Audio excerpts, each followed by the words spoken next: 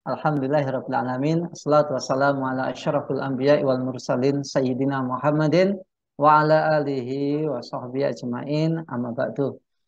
Alhamdulillah para pemirsa Khilafah News yang dirahmati oleh Allah, program Kabar Petang hadir lagi pada hari ini Jumat 9 Desember 2022. Kita akan membahas tema-tema yang menarik dengan narasumber yang terpercaya sekaligus dalam pandangan Islam. Inilah Kabar Petang selengkapnya.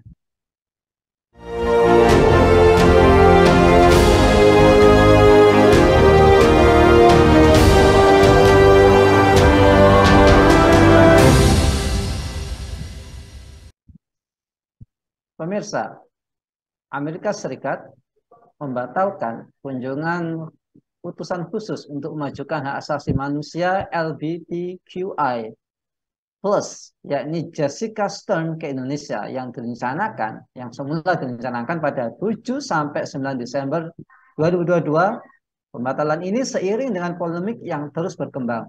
LGBTQI sendiri merupakan kelompok masyarakat lesbian, gay, biseksual, transgender, queer, intersex. Sementara itu, tanda plus menggambarkan perwakilan orang yang tidak mengidentifikasi gender atau orientasi seksualnya. Duta Besar Amerika Serikat untuk Indonesia, Sung Kim, menyatakan keputusan itu diambil setelah pihaknya berdiskusi dengan pemerintah Indonesia. Sementara kami berharap untuk melanjutkan dialog kami dengan para pemimpin agama, pejabat pemerintah, dan anggota masyarakat tentang topik penting untuk memastikan penghormatan terhadap hak asasi manusia LGBTQI+, katanya dalam pernyataan yang dikutip pada Sabtu 3 Desember 2022. Lantas apa motif politis rencana kunjungan utusan Amerika Serikat untuk urusan HAM LGBTQI Jessica Stern? Bagaimana urgensi tekanan politik umat Islam untuk menolak LGBT dan penyebaran pengaruhnya? Bagaimana cara melindungi umat manusia dari pengaruh LGBT? Untuk membahasnya kami terhubung dengan Ustadz Lutfi Hidayat. Beliau adalah pengasuh Baitul Quran Taklim Center. Assalamualaikum Ustadz Lutfi. Waalaikumsalam warahmatullahi Masya wabarakatuh. Allah. Hayakumullah Ustadz. Kaifa halukum? Alhamdulillah khair. Ya, wa antum? Alhamdulillah khair. Ustadz, rencana kunjungan utusan Amerika Serikat untuk urusan HAM LGBTQI yang bernama Jessica Stone ke Indonesia akhirnya batal. Nah, menurut Ustadz, apa motif politis rencana kunjungan tersebut? Kemudian apa bahayanya, Ustadz? Baik. Bismillahirrahmanirrahim. Hamidan billah wa musallian ala rasulillah wa ala alihi wa ashabihi wa mawala. Subhanaka la ilma lana illa ma 'allamtana innaka antal alimul hakim wa la haula wa la quwwata illa billahil aliyyil azim. Hadirin rahimakumullah yang dimuliakan Allah Subhanahu wa taala. Marilah kita senantiasa berdoa ya ketika mau membahas persoalan ini agar kita, anak-anak kita, zuriat kita, keturunan kita dipelihara Allah Subhanahu wa taala dari virus yang sangat mematikan ini. Kalau saya mungkin bilang ini adalah virus pembunuh massal begitu. LGBT dan QI ya, ada tambahan sekarang.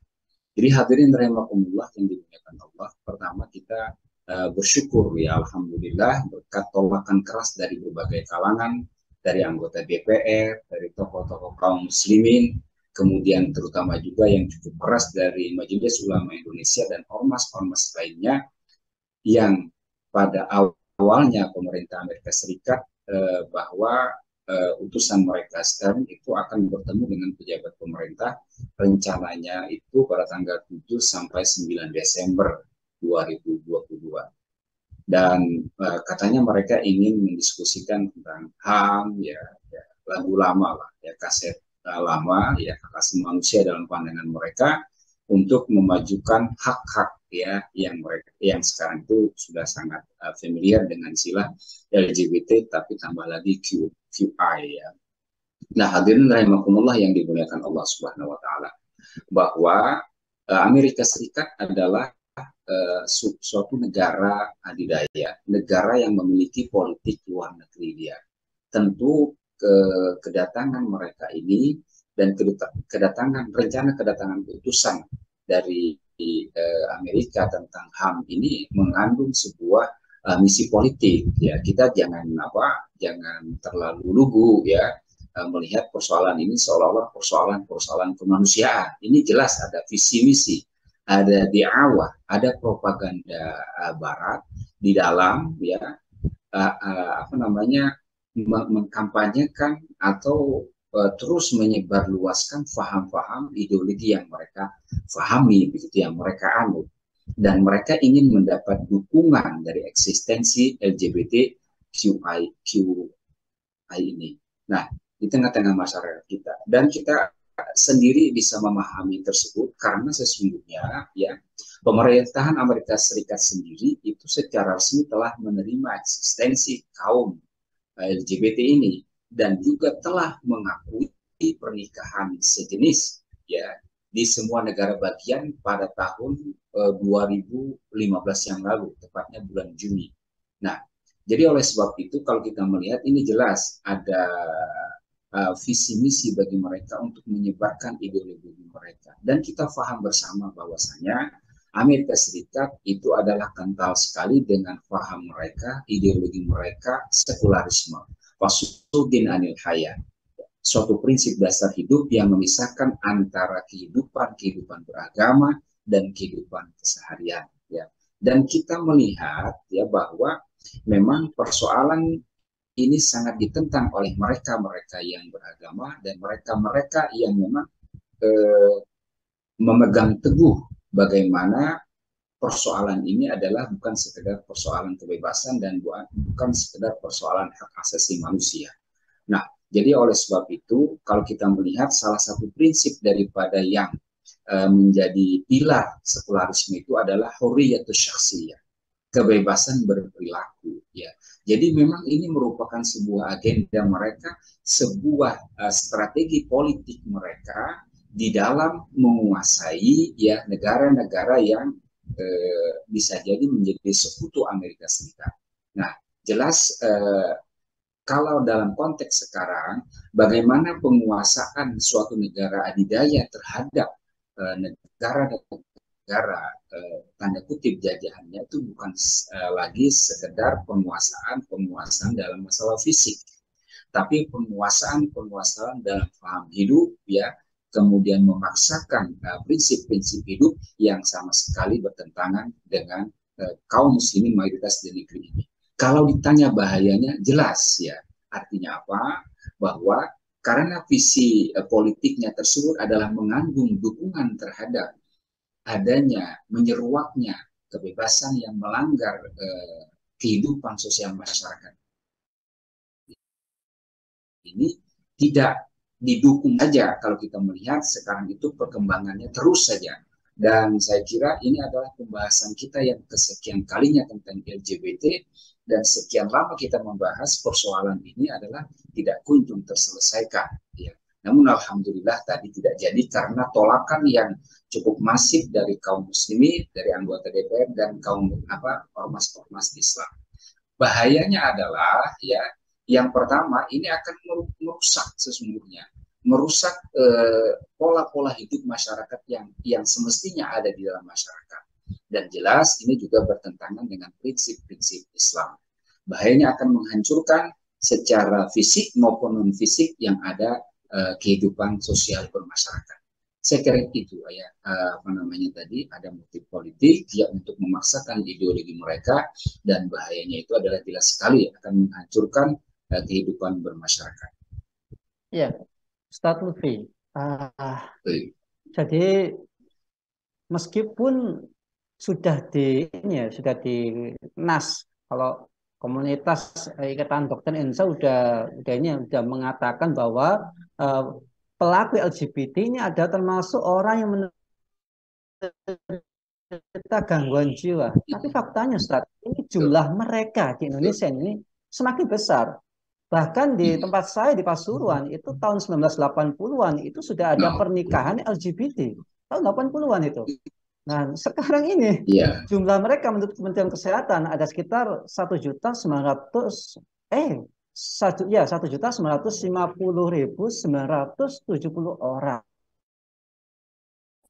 beresiko terpapar virus HIV atau AIDS. Nah, Nah, ini di sisi lain KUHP terbaru ini ya, Betul.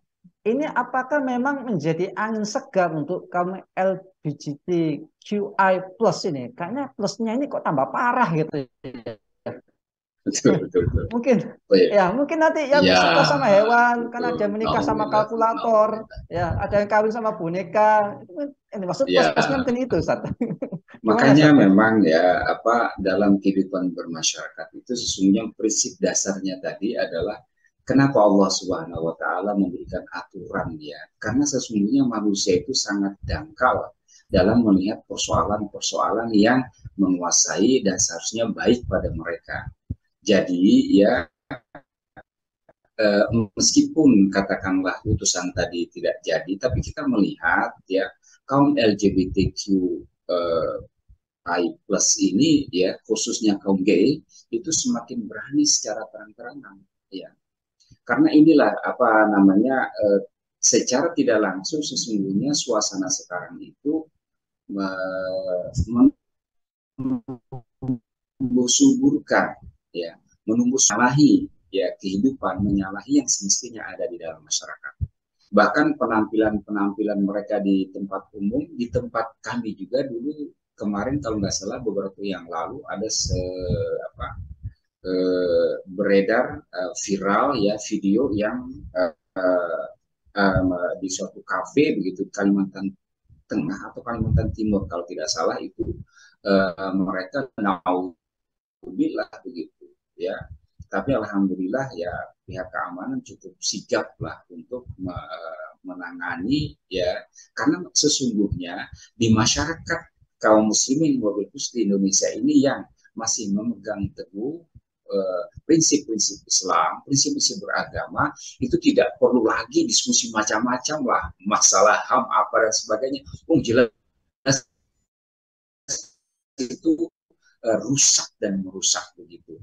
Bahkan ya tadi kita sangat menyayangkan ya di sini juga dikemukakan oleh pengamat sosial media sosial founder aplikasi Drone Emprit ya Ismail Fahmi ya mengatakan bahwa situs-situs mereka kemudian hashtag tentang gay dan sebagainya itu ribuan. Oleh sebab itu kadang-kadang ya memang begini psikologinya Ustaz bahwa sistem buruknya busuknya sistem kebebasan itu ya orang kadang-kadang ya kayak semacam penasaran kayak semacam mencoba-coba tetapi ya sesungguhnya kenapa Islam itu turun disinilah sesungguhnya ada suatu perbuatan itu yang tidak bisa coba-coba begitu ya mungkin orang berpikir salah sedikit kemudian dia tobat tapi ternyata tidak demikian di sana memang ada sebuah fahisyatan ya sebuah kalau kita melihat ini penyakit sosial yang merusak begitu ya yang dia menebar terus ya nah kalau bahkan menurut penelusuran Ismail tadi bahwa banyak juga akun-akun yang bahkan menjajakan prostitusi gay begitu ya jadi memang ini sudah tadi apa namanya kehancuran cara berpikir, kehancuran sikap, kehancuran mental begitu ya, yang seseorang tersebut sudah tidak lagi bisa membedakan mana benar salah, mana terpuji dan tercela, mana jijik dan bukan jijik. Itu sudah ini. Nah, oleh sebab itu disinilah kadang-kadang ya betapa tadi ya kita melihat lagi yang sangat-sangat kita sayangkan ya bahwa adanya pengesahan KUHP terbaru itu kita melihat tidak bisa kita harapkan untuk setidaknya menyetop lah, bukan untuk mengeliminasi atau memberikan hukuman yang setimpal bagi perilaku-perilaku yang menyimpang ini. Bahkan ya kita juga disajikan data bahwa kaum Sodom ini sudah menjalar ke semua sektor kehidupan. Pada tahun 2020 terbongkar jaringan gay di kepolisian dan TNI. Saat itu terdapat 20 berkas perkara kasasi pelanggaran hukum prajurit terkait dengan masalah ini. Ya. Jadi ini tadi memang kalau kita melihat secara psikologi ya, secara kejiwaan tidak bisa delegitimasi dengan ini HAM dan sebagainya. Kalau kita secara jujur berbicara hak asasi manusia, Bagaimana anak-anak kita yang normal? Bagaimana keturunan-keturunan kita yang normal yang mereka itu ibaratnya setiap saat bisa ya.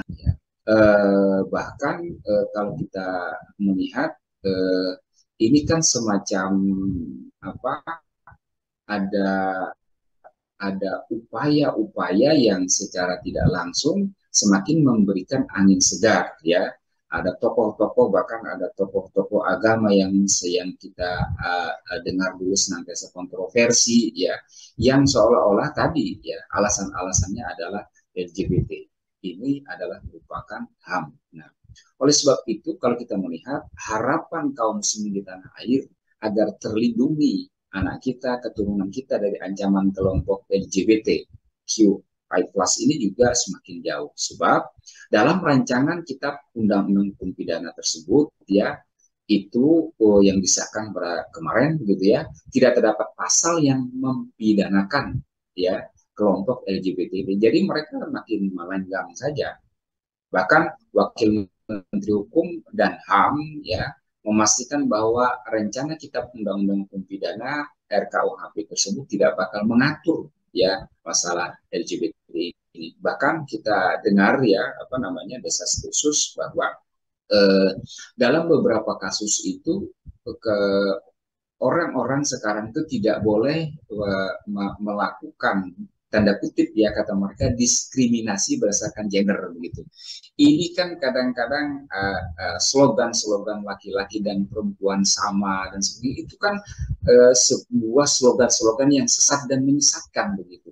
Tapi disinilah saya katakan tadi ya di alam kebebasan tersebut orang kadang-kadang mau apa saja itu ada yang menyambut begitu ya. Oleh sebab itu seharusnya ya rancangan KUHP ini kalau ya negeri ini, bangsa ini mau selamat dari kondisi yang di beberapa negara itu sudah semakin hancur begitu ya, seharusnya sedini mungkin ya rancangan undang-undang ini diharapkan bisa memberikan hukuman yang setimpal ya, karena itulah sebuah sistem masyarakat itu harus ada keberpihakan daripada hukum. Kalau tidak nanti kita yang baik, kita yang normal dianggap tidak normal. Nah inilah arti penting daripada undang-undang yang berpihak kepada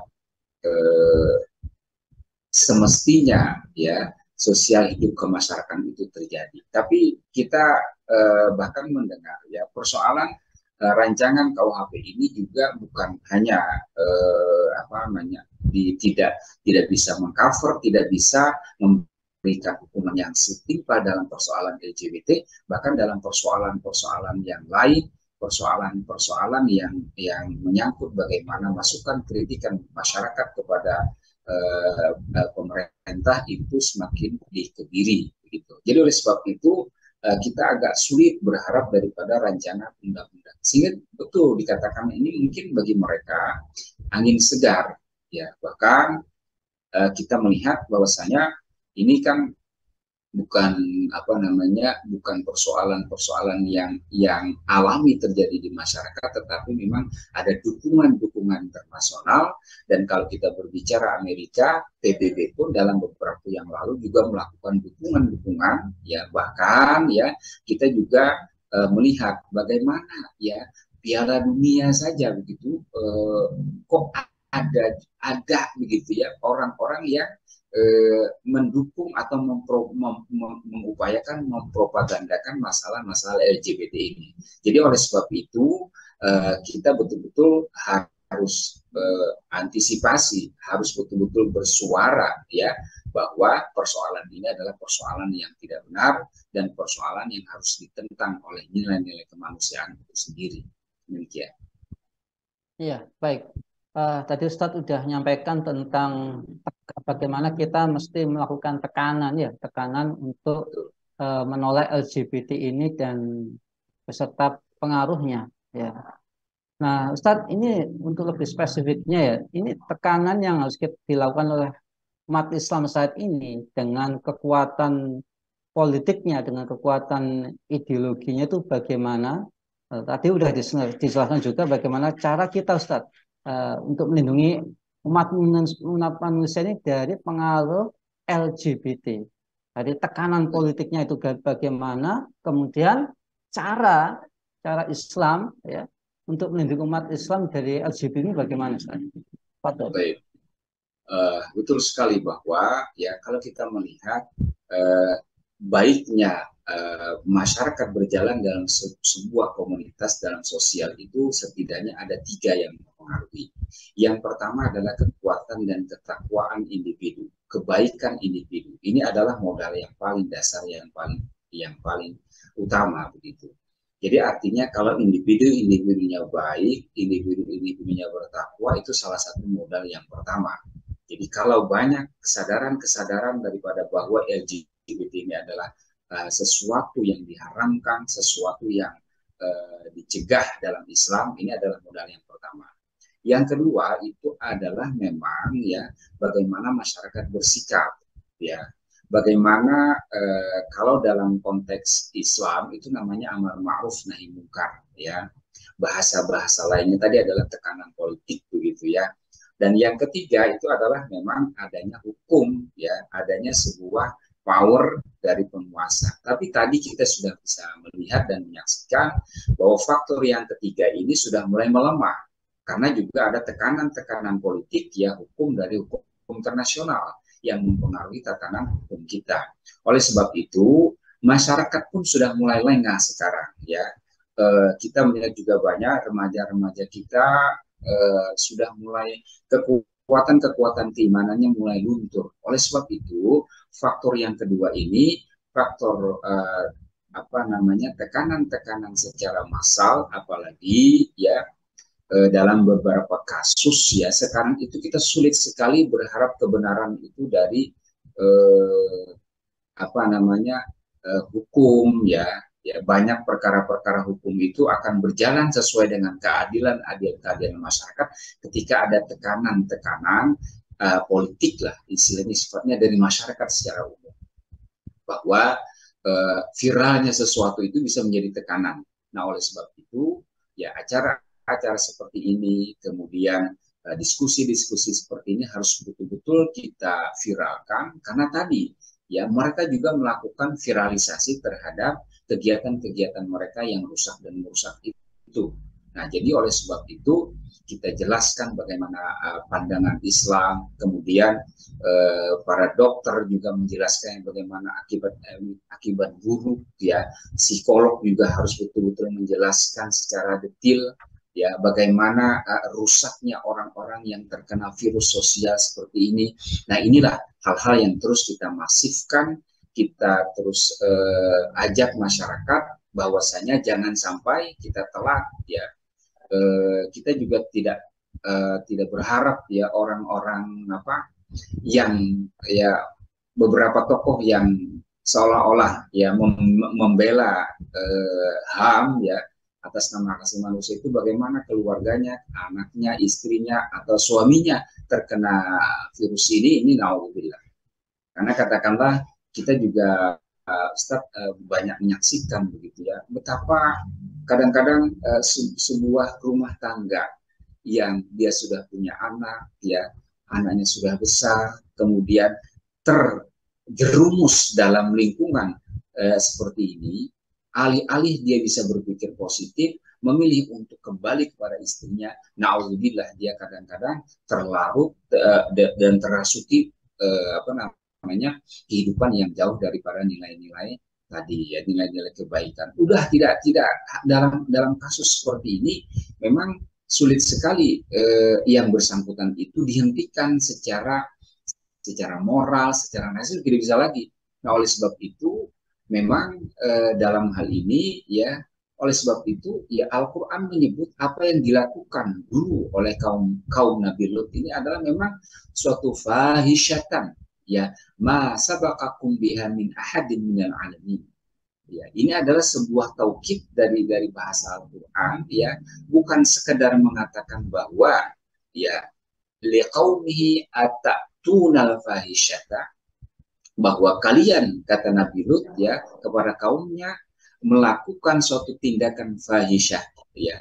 Nah, tetapi ditekankan lagi dengan bahasa Al-Quran, masa bakakum biha min ahadin minal alamin, yang tidak pernah dilakukan kejahatan sejahat-jahat tersebut, tidak pernah dilakukan suatu kaum sebelum Nabi Lut, kaum Nabi Lut alaihissalam. Nah, kemudian kalau kita berbicara bagaimana tadi ditanyakan ya, bagaimana Islam melindungi ya, kemudian memelihara agar tidak terjerumus dalam persoalan-persoalan yang akut tersebut. Yang paling pertama, Islam adalah menghindari ya secara preventif ya. Kalau ada gejala-gejala demikian, betul-betul harus diamputasi ibaratnya kalau ada sesuatu yang bermasalah dalam tubuh umat ini. Rasulullah Shallallahu Alaihi Wasallam melaknat ya orang-orang yang pada awalnya saja menyerupai. La'an laki-laki ya, laki-laki menyerupai perempuan, perempuan menyerupai laki-laki. La'ana Rasulullah Sallallahu Alaihi Wasallam al-mutasyabbihina minar rijal bin nisa'i wal mutasyabbihati minan nisa'i bir rijal. Rasulullah Sallallahu Alaihi Wasallam telah melaknat laki-laki yang menyerupai wanita dan wanita yang menyerupai laki-laki. Nah, oleh sebab itu juga ya kita harus jelaskan dengan adanya dalam pandangan Islam itu Allah Subhanahu wa taala menciptakan manusia itu jelas ya, ada gender laki-laki dan ada gender wanita. Ini kan sebuah kata-kata yang saya katakan tadi sesat menyesatkan. Ya udah katanya laki-laki dan perempuan sama. Ya orang buta pun barangkali sudah bisa membedakan mana laki-laki mana perempuan itu berbeda. Tapi mereka betul dari sisi kemanusiaan adalah sama ya. Ya ayyuhan nasu taqu rabbakumul ladzi khalaqakum min nafsin wahidah wa khalaqa minha zawjaha wa batha minhuma rijalan katsiran wa nisaa'a. Nah, di sini Allah jelas mengatakan, wahai manusia, bertakwalah kalian kepada Rabb kalian yang menciptakan kalian dari satu jiwa. Kemudian ya Allah Subhanahu wa taala menciptakan dari jiwa tersebut pasangannya, dan dari pasangan tersebut wabatha minhuma ya, memperkembangbiakan keduanya rijalan katsiran wa nisaa'a. Oleh sebab itu kita melihat dan memandang bahwa ketika ini terjadi, ini sesungguhnya ya akan terjadi pemusnahan keturunan. Bagaimana mungkin laki-laki begitu ya akan bisa melahirkan ketika laki-laki berhubungan dengan laki-laki. Nauzubillah summa nauzubillah. Jadi ini adalah persoalan serius ya terhadap peradaban. Kalau ini dibiarkan ya orang-orang tidak mau lagi berketurunan. Kemudian juga dijelaskan di dalam surat Al-A'raf ya ayat ke-80 dan 81 ya, bahwa Islam dengan aturan-aturannya ini melarang adanya persoalan-persoalan LGBT ini adalah untuk memelihara kemuliaan manusia. Jadi walutan idh qala liqaumi ata'tuna al-fahishata ma sabaqakum biha min ahadin minal alamin innakum lata'tuna ar-rijala syahwatan min dunin nisa bal antum qaum musrifun. Ini luar biasa ya. Tadi dikatakan yang pertama itu adalah suatu kegiatan yang al-fahisyah ya. Kegiatan fahisyah di dalam beberapa tafsir itu dijelaskan adalah sebuah kegiatan yang dia rusak dan merusak ya. Dia memiliki efek tidak bisa dibiarkan. Tidak bisa kita katakan tadi ini adalah ham. Itu terserah dia. Yang rusak adalah tubuh dia. Yang rusak adalah jasad dia. Enggak. Yang namanya fahisyah ya, itu adalah dia akan memberikan efek kerusakan. Dan bahkan antum qaumun musrifun. Kalian adalah kaum yang melampaui batas. Nah, dan secara sistem sesungguhnya Islam juga negara wajib memelihara kenormalan masyarakatnya dengan memberikan hukuman yang setimpal kepada perilaku kriminal ini, perbuatan keji yang tidak pernah dilakukan umat sebelum umat Nabi Lut alaihissalam. Oleh sebab itu memang ya dalam kehidupan bermasyarakat itu ada sebuah kerusakan, kebobrokan akhlak itu yang bisa dinasehati ya. Ada yang bisa dilakukan dengan nasihat dan itu bisa lurus. Tetapi persoalan ini adalah Islam secara keseluruhan menyelesaikannya. Mulai dari memberikan nasihat, mulai memberikan tindakan-tindakan preventif, dan memberikan tindakan yang tegas bagi perilaku yang menyimpang. Demikian saya kira. Ya, jazakumullah khair Ustaz atas penjelasannya. Kita semakin jelas ya betapa berbahayanya LGBTQI plus ini ya. Jadi kalau udah ada plusnya ini berarti nanti akan ada penyimpangan-penyimpangan seksual lain yang akan dibawa oleh ya duta-duta mereka. Iya. Kalau di sepak bola sudah ada, di ya di antar bangsa juga ada. Jangan-jangan sudah masuk ke kampung-kampung ini duta-duta mereka ini. Nah, itu yang kita lihat sekarang faktanya banyak predator anak. Itu masuk mereka kan para penganut LGBTQI ini. Masya Allah Ustaz, naudzubillah semoga kita semua dihindarkan dari apa ya serangan kaum Sodom ini ya, kaum Sodom zaman now ini, Insya Allah. Baik, pemirsa khilafah news yang dirahmati oleh Allah Subhanahu wa taala, demikianlah bincang-bincang kita dengan Ustadz Lutfi ya terkait dengan perilaku yang keji dari para penganut LGBTQI ini. Semoga kita bisa mendapatkan manfaatnya. Juga semoga para penguasa negeri ini melihat dan menjalankan apa-apa yang diusulkan oleh apa yang disampaikan oleh guru kita Ustadz Lutfi tadi, sehingga negeri ini terhindar dari bencana yang terus-menerus terjadi. Bukan tidak mungkin ya, kita bisa melihat setelah gempa, kemudian tanah longsor, kemudian gunung meletus, ternyata ada utusan namanya ya Citern ini perempuan dari Amerika Serikat itu yang datang ke Indonesia ya. Semoga penguasa kita bisa melihatnya dan keimanan mereka semakin menyadarkan mereka bahwa ini memang ini salah, ini harus ditolak. Bukan saja menolak kedatangan mereka, tapi juga menyerukan penolakan ini ke dunia. Jangan lagi kamu mensponsorkan atau menyebarkan LGBTQI seperti itu. Ya, harapannya kita semua. Baik, Ustaz Lutfi, semoga sukses dan sehat selalu, Ustaz. Jazakumullah khair. Dan para pemirsa jangan lupa untuk subscribe, like, komen positif, dan share sebanyak-banyaknya. Semoga menjadi amal kebaikan dari kita di dunia maupun di akhirat nanti. Saya Nang Setiawan undur diri dan sampai jumpa di lain kesempatan. Assalamualaikum warahmatullahi wabarakatuh.